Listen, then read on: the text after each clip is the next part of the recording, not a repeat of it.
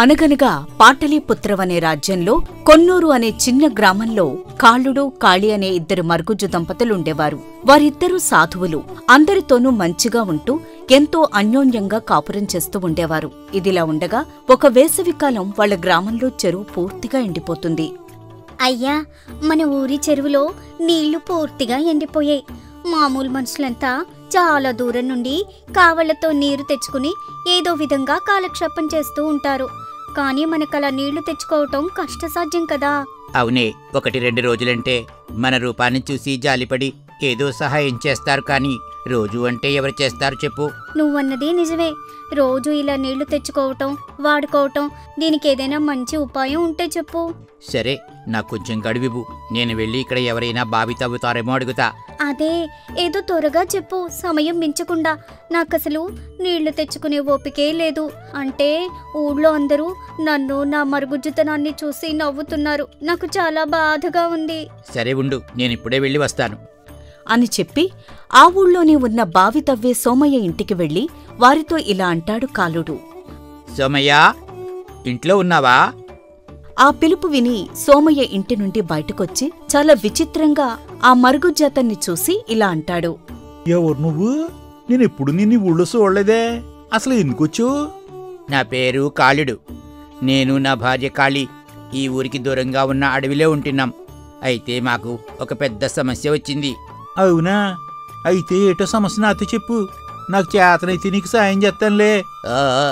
మీకు తెలియందేముంది, మన ఊరిలో కొంతకాలం నుండి నీటి సమస్య వచ్చిందిగా. అందరూ చాలా దూరం నుండి నీళ్లు తెచ్చుకుంటున్నారు. కానీ నేను అలా తీసుకురావటానికి నా రూపం సహాయపడదు. కాబట్టి నువ్వు వచ్చి మా ఇంట్లో కొంచెం బావి తవ్వి పెడతావేమోనని వచ్చాను. సరే, నేను మీ ఇంటికి వచ్చి అసలు అక్కడ నీళ్లు పడతాయో లేదో పరీక్ష చేసి ఆ తర్వాత నీకు బావి తవ్వి పెడతానులే అని చెప్పి కాళుడితో పాటు సోమయ్య కూడా బయలుదేరి ఇద్దరూ కాళుడింటికి చేరుకుంటారు. ఒక కొబ్బరికాయ తెప్పించి అరచేతిలో పెట్టుకుని వాళ్లు నివసిస్తున్న స్థలం నుండి చాలా దూరం తిరుగుతాడు. ఎక్కడా కొబ్బరికాయ పైకి లేవదు. దాంతో ఇక అక్కడ నీళ్లు పడవని నిశ్చయించుకుని కాళుడితో ఇలా అంటాడు. లాభం లేదు. ఇక్కడ ఎక్కడా నీటి చాయలు కనపడటం లేదు. వేసవకాలం అయిపోయి వర్షాకాలం వస్తే కానీ భూమిలోకి నీరు ఊరదు. కాబట్టి ఇప్పుడు ఇక బావి తవ్విన ప్రయోజనం ఏముండదు అని చెప్పి అక్కడ్నుండి వెళ్ళిపోతాడు సోమయ్య. ఇక చేసేదేమీ లేక కాళీ కాళుడు ఒకళ్ల మొహాలొకరు చూసుకుని చాలా బాధగా ఇలా అనుకుంటారు. ఇంకా తప్పదు, మనం పక్క ఊళ్ళో ఉన్న మా అమ్మ వాళ్ళింటికి వెళదాం. కొంతకాలం అక్కడే ఉండి మళ్ళీ వర్షాలు పడ్డాక తిరిగొద్దాం. అంతే అంటావా? మనం ఇక్కడి నుండి వెళ్ళడం తప్పదంటావా? సరే, నీ ఇష్టం. నీకోసం నేను ఏదైనా చేస్తాను కాళీ. పద, ఇప్పుడే మనం బయలుదేరి పాటలీపురం దగ్గర ఉన్న మీ అమ్మగారింటికి వెళదాం అని తన భార్యను వెంట పెట్టుకుని కొంతకాలం పాటు తమ అత్తగారు ఊరు వెళ్లి ఉందామనుకుంటాడు కాళుడు. అతనికి ఒక బుల్లి తోపుడు బండి ఉంటుంది. అందులో కాళిని కూర్చోబెట్టి తోసుకుంటూ అత్తవారి ఊరికి బయలుదేరతాడు. అది గుంతలు దారి కావటం చేత కాళుడికి బండిని తోయటం ఆయాసంగా అనిపిస్తుంది. ఆ కుదుపులకి చాలా ఇబ్బంది పడుతున్న కాళి ఎంతో శ్రమపడి ప్రయాణం చేస్తూ మధ్యదారిలో ఉన్న తుమ్మలతోపు అనే గ్రామానికి చేరుకుంటారు.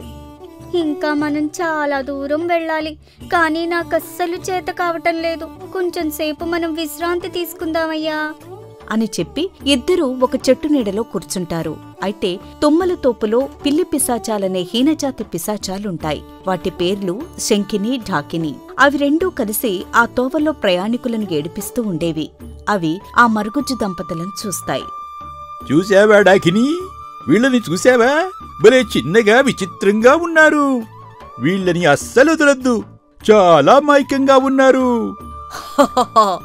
భలే భలే, చాలా బాగుంది నీ ఆలోచన. ఒక్కసారి మనం పడితే ఎవ్వరినీ వదలం. ఆ అమాయకపు మరుగుజ్జు దంపతుల్ని పట్టి పీడించాలని 2 పిల్లి పిశాచాలకు దుర్బుద్ధి పుడుతుంది. అవి అచ్చు కాళుడు కాళిలాగే రూపాలు ధరిస్తాయి. అలా ఆ పిశాచి కాళుడు పిశాచి కాళిని ఒక తోపుడు బండిలో పెట్టి తోసుకుంటూ కాళుడికి ఎదురొస్తారు. ఎవరో ప్రయాణికులు ఎదురు రావటం దూరం నుంచే చూసిన కాళుడు కాళి కాసేపు ఆగి కబుర్లు చెప్పుకుని విశ్రాంతి తీసుకోవచ్చు కదా అని మొదట సంతోషిస్తారు. ఆ వచ్చేవాళ్లు తమలాగే మరుగుజ్జులని తెలియగానే వారు ఆశ్చర్యపోతారు. మరింత దగ్గరకొచ్చాక వాళ్లు కూడా అచ్చు తమలాగే ఉండటం చూసి నిర్ఘాంతపోతారు. కాళుడేమీ అనకముందే, నా పేరు కాళుడు. ఇది నా భార్య కాళి. నేను మా అత్తగారు ఉండే గ్రామానికి వెళ్తున్నాం. మీరెవరు? మీ ప్రయాణం ఎక్కడిదాకా? మీరు అచ్చం మాలానే ఉన్నారేంటి అని అడుగుతాడు. అసలే కంగారులో ఉన్న కాళ్ళుడికి ఈ మాటలు వినేసరికి మతిపోయినట్టవుతుంది. అతను పిశాచి కాళ్ళుడితో, మీ మాటలు చాలా వింతగా ఉన్నాయి. నా పేరు కాళుడు, ఇది నా భార్య కాళి. మా ఊళ్ళో చెరువు ఎండిపోతే మా అత్తగారి గ్రామానికి బయలుదేరాం అంటాడు కాళ్ళుడు అయోమయంగా. ఆ మాటకు పిశాచకాళ్ళుడు చప్పున కోపోద్రేకం తెచ్చుకుని, మేవంటే అంత వెటకారంగా ఉందా ఏంటి? చూడు ఏం చేస్తానో అని కయ్యానికి కాలు దూవుతాడు. కాళ్ళుడికి కోపం వస్తుంది. వెంటనే, నీకే మమ్మల్ని చూస్తే వేళాకుళంగా ఉన్నట్టు నాకు తోస్తోంది. నాకు కోపం తెప్పించకు. అసలు నాకు కోపం వస్తే నేను మనిషిని కాను అన్నాడతను కొట్లాటకు సిద్ధపడుతూ. అంతదాకా తోపుడు బళ్లలో కూర్చుని ఉన్న ఆడవాళ్ళిద్దరూ చప్పుని కిందకు దూకి ఇద్దరు మగవాళ్లకు మధ్య అడ్డువచ్చి, ఆగండి, తొందరపడకండి, ఎందుకలా కొట్లాటకి దిగుతున్నారు అని అరుస్తారు. కాళ్ళుడు తనకు సమీపంగా వచ్చిన పిశాచికాళిని పక్కకి లాగుతూ, నువ్వు ఊరుకో కాళీ, ఈ దూర్తుడి సంగతేమిటో నేను తెలుస్తాను అంటాడు కాళ్ళుడు. దాంతో కాళ్ళుడు పొరబడి పిశాచికాళిని పట్టుకోవడంతో కాళి ఇలా అంటుంది, మోసం మోసం, నీ పెళ్ళాం అది కాదు, నేను అంటూ అసలు కాళి వచ్చి కాళ్ళుడు చేయి పట్టుకుంటుంది. దాని మాట నమ్మకు, అసలు కాలిని నేను, దాని మాటలు నమ్మకు అంటూ పిశాచికాళి కాళ్ళుడి రెండో చేయి పట్టుకుంటుంది. కాళ్ళుడికి మతి పూర్తిగా పోతుంది. అప్పుడు పిశాచికాళుడు గట్టిగా నవ్వి, మనం అవతలికి పోయి ఓ మాట అనుకుందాంరా అని కాళ్ళుణ్ణి పిలుస్తాడు. ఇద్దరూ ఒక పొదచాటుకు వెళతారు. పిశాచికాళ్ళుడు అసలు కాళ్ళుడితో, ఏమీ లేదులే. పొదకు రెండు వైపుల్నుంచి ఒకే రకంగా ఉన్న కాళ్ళుడు వచ్చేసరికి వాళ్లల్లో తమ భర్త ఎవరో వాళ్ళకి తెలియలేదు. దాంతో మొత్తం అంతా గందరగోళంగా తయారవుతుంది. మళ్లీ కాళీ పిశాచకాళి మధ్య వాగ్వాదం ఆరంభమవుతుంది. దారిలో వెళ్లేవారు ఆగి తమాషా చూస్తూ ఉంటారు. వారిలో ఒక పెద్ద మనిషి రంగయ్య ఇలా అంటాడు, మీ తగాదా తీరాలంటే న్యాయాధికారి వద్దకెళ్ళండి.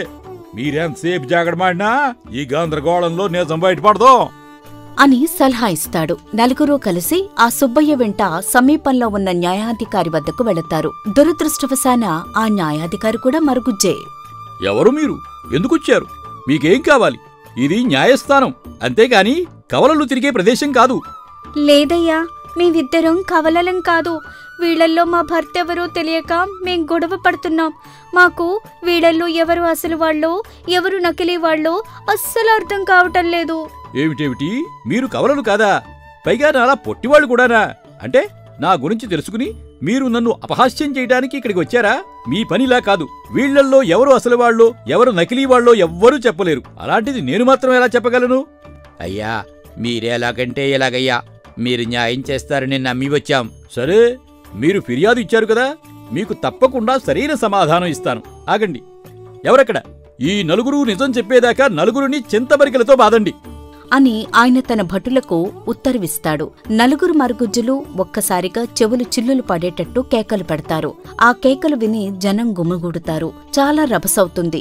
అదే సమయానికి ఆ రాజ్యానికి చెందిన మహామంత్రి గారు పల్లకిలో సపరివారంగా అటు వెళుతూ ఈ కలవరం చూసి ఆగి పల్లకి దిగివచ్చి న్యాయాధికారిని ఇలా అడుగుతాడు, ఏమిటిది? ఇది న్యాయస్థానమా లేక చేపల బజారా అని అడుగుతాడు. న్యాయాధికారి మహామంత్రికి నమస్కారం చేసి, అయ్యా, వీరంతా ఎంత పెద్ద కుట్ర చేస్తున్నారో చూడండి. ఈ మగవాళ్ళిద్దరికీ తేడా లేదు. ఈ ఆడవాళ్ళిద్దరూ ఒకే అచ్చులో పోత పోసినట్టున్నారు.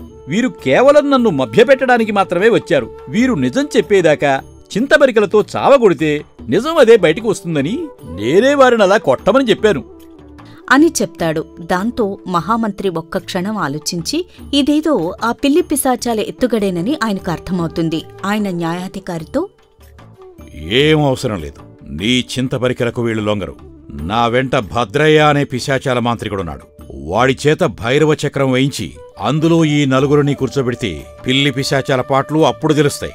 ఎవరెక్కడ? ఆ భద్రయ్యని పిలుచుకురండి. వీళ్ల సంగతేమిటో చూద్దాం అనంటాడు. ఆ మాట వినగానే పిశాచికాళ్ళుడు కాళిలో భయం మొదలవుతుంది. వెంటనే వారిద్దరూ ఒకరితో ఒకరు ఇలా అనుకుంటారు, ఇక ఇక్కడ మనం ఉంటే వీళ్ళు మనల్ని బంధించేస్తారు. వెంటనే మనం ఇక్కడి నుంచి వెళ్ళిపోవాలి. అవును, మనం వెంటనే వెళ్ళిపోవాలి. ఆ పిశాచాల మాంత్రికుడు వస్తే మనం ఇక్కడి నుంచి తప్పించుకోలేం. వెంటనే వెళ్ళిపోదాం పదా. దాంతో మరుక్షణమే పిశాచికాళ్ళుడు పిశాచికాళి టక్కున అక్కడ్నుండి మాయమైపోతారు. దాంతో అక్కడ ఉన్న వాళ్ళందరూ ఒక్కసారిగా అవాక్కవుతారు. ఇక అసలు పిశాచాలు వెళ్లిపోవడంతో మహామంత్రి కాలుడు కాళి వద్దకు వచ్చి ఇలా అంటాడు. ఎవరు మీరు? అసలు మీ పేర్లేమిటి? మీరు ఎక్కడికి వెళుతున్నారు? ఎక్కడి నుంచి వస్తున్నారు? అయ్యా, నా పేరు కాళుడు, నా భార్య పేరు కాళి. మా ఊరిలో నీళ్ల సమస్య రావటం వలన మేము మా ఇల్లు విడిచి మా అత్తగారింటికి వెళుతున్నాం. వర్షాలు పడితే మరలా మా ఇంటికి వెళ్ళిపోతామండి. సరే, మీరు నీళ్ల కోసం ఎక్కడికో వెళ్ళనవసరం లేదు. ఇక్కడే ఈ ఊర్లోనే ఉండండి. అంతేకాదు, నీటి బాధ మీకు తెలుసు కనుక ఆ సమస్య ఇక్కడకు రాకుండా ఉండడానికి దగ్గర ఉండి చెరువులు తవ్వించండి. ఈ వేసవి కాలంలో పశుపక్షాదులకి నీటి సమస్య తీర్చండి. అంతేకాదు, పిల్లలకు పెద్దలకు నీటినే కాదు, సహజ వనరులు ఎలా పొదుపుగా వాడుకోవాలో నేర్పించండి. దానికి కావలసిన ఆర్థికంగా సహాయం నేను మీకు చేస్తాను. మీరు దగ్గరుండి ఆ పనులు చేయించండి. చాలా సంతోషం మంత్రిగారు. మా బాధ అర్థం చేసుకుని మీరు ఇచ్చిన అవకాశం సద్వినియోగం చేసుకుంటాం. అంతటితో ఆగకుండా మహామంత్రి న్యాయాధికారితో ఇలా అంటాడు. ఇక నుండి ఎవరైనా ప్రయాణం చేస్తూ ఉంటే దారిలో ఎవరైనా కనిపించి మాయమాటలు చెప్తే మాట్లాడొద్దు అని దండోరా వేయించండి. ఆ పిల్లి పిశాచాల పీడ పోగొడితే తగిన బహుమానం ఇస్తామని ప్రకటించండి. చిత్తం. కానీ నాదో చిన్న సందేహం మంత్రివర్య. కోపం తెచ్చుకోను అంటే ఒక్క విషయం అడుగుతాను. చెప్పండి, మీరు తెలుసుకోవాలి అనుకుంటున్న ఆ విషయం ఏంటో. మీరు ఇంతకుముందు భద్రయ్య అనే మాంత్రికుణ్ణి పిలిచారు కదా, కానీ అలా మీ పరివారంలో భద్రయ్య అనే వ్యక్తి ఎవరూ లేరు కదా? ఆ మాటలు విన్న మంత్రి ఒక నవ్వు నవ్వి ఇలా అంటాడు. అవునవును, నిజమే. కానీ మీరన్నట్టు ఆ భద్రయ్యతో పనైపోయింది కూడా. ఇక వాడితో మనకి పనిలేదులేండి. ఏదో వాళ్లలో అసలు పిశాచాలెవరో తెలుసుకుందామని అలా పిలిచానంతే అంటూ మహామంత్రి అక్కడ్నుండి ముందుకు సాగిపోతాడు. ఇక అది చూసిన కాళ్ళుడు కాళి ఇలా అనుకుంటారు. ఏది ఏమైనా మహామంత్రి చాలా గొప్పవారు, బహుముఖ ప్రజ్ఞాశాలి. అంతేకాదు, మనుషులే కాదు, పశుపక్షాదుల గురించి కూడా ఆలోచించారు. అందుకే ఈ రాజ్యం నిండుగా ఉంది. అంతా మహామంత్రి గొప్పదనం అని ఆ కాళ్ళుడు కాళి ఆ మంత్రిని నిండు నూరేళ్లు బావుండాలి అని ఆశీర్వదిస్తారు. అలా వారు తిరిగి వారి గ్రామానికొచ్చి ఆ మహామంత్రి ఇచ్చిన ఆర్థిక సహాయంతో ఊరికి మంచి పనులు చేస్తూ సుఖంగా జీవిస్తారు. ఈ కథ కనుక మీకు నచ్చినట్లయితే లైక్ చేయండి, షేర్ చేయండి. మరిన్ని కొత్త కథల కోసం సూపర్ స్టోరీస్ తెలుగు ఛానల్ని సబ్స్క్రైబ్ చేయండి.